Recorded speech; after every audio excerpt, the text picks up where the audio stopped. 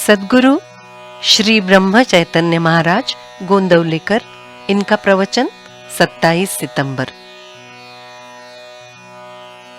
स्मरण ये एक कृति है। गुरु ने सब करना चाहिए, ये सच बात है और वो करते भी हैं। ये बात भी उतनी ही सच है, परंतु हम सच शिष्य हैं या नहीं, ये देखें। देहातीत होने के लिए गुरु आज्ञा के अनुसार वर्तन हो, इसके अलावा और क्या हो सकता है।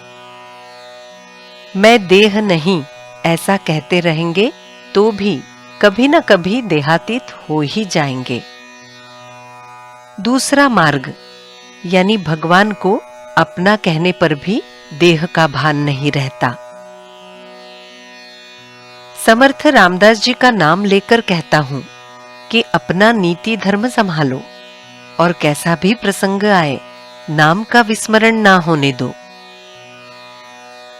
मैं जो जो करता हूं वो भगवान के लिए करता हूं, ऐसा जो कहता है वही सच्चा और उत्तम भक्त होता है। कर्तापन दूर करने के लिए उत्तम भक्त होना पड़ता है। भगवत प्राप्ति के सिवा दूसरा कुछ नहीं चाहिए, ऐसा लगना भक्त का लक्षण है। भगवान से जो हमें दूर करता है वही सच्चा संकट है। वो ही समय सुख में व्यतीत होता है जो भगवत स्मरण में होता है। सच में स्मरण ये एक कृति है और विस्मरण ये वृत्ति है।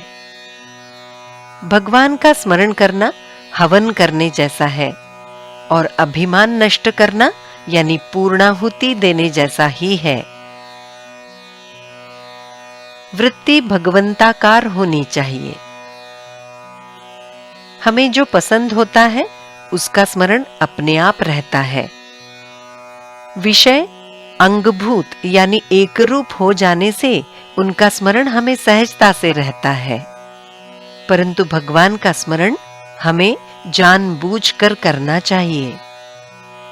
ये करना एकदम सरल है ऐसा नहीं, परंतु ये बहुत कठिन भी नहीं। मनुष्य वो कर पाए ऐसा ही है। भगवत भक्ति ये सहज साध्य है और वो अनुसंधान से साध्य होती है।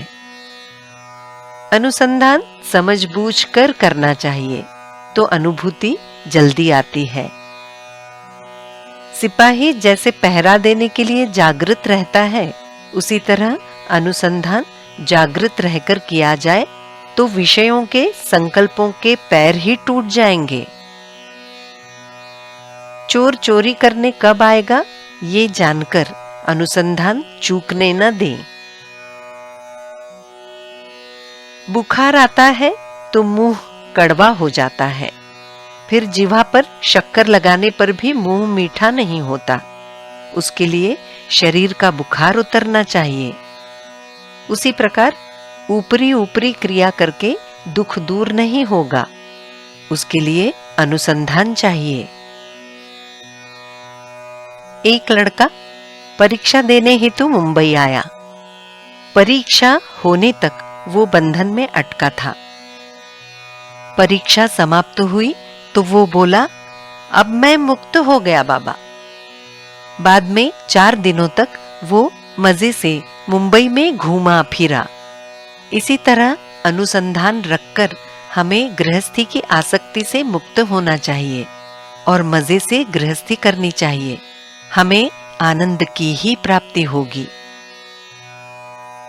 दहली पर दीपक रखते हैं तो जिस तरह दोनों ओर यानी अंदर और बाहर उजाला फैलता है, उसी तरह अनुसंधान ये दहली का दीपक है।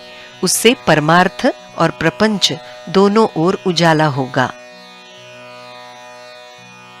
गृहस्थी में बर्ताव करते समय मन से थोड़ा ध्यान देना पड़ता है। इसी को भगवान के अधिष्ठान में रहना अर्थात ही अनुसंधान रखना कहते हैं। भगवान की इच्छा से अकर्ता बनकर कर्म करना यही अनुसंधान रखना या भक्ति करना है। जानकी जीवन स्मरण जय जय राम।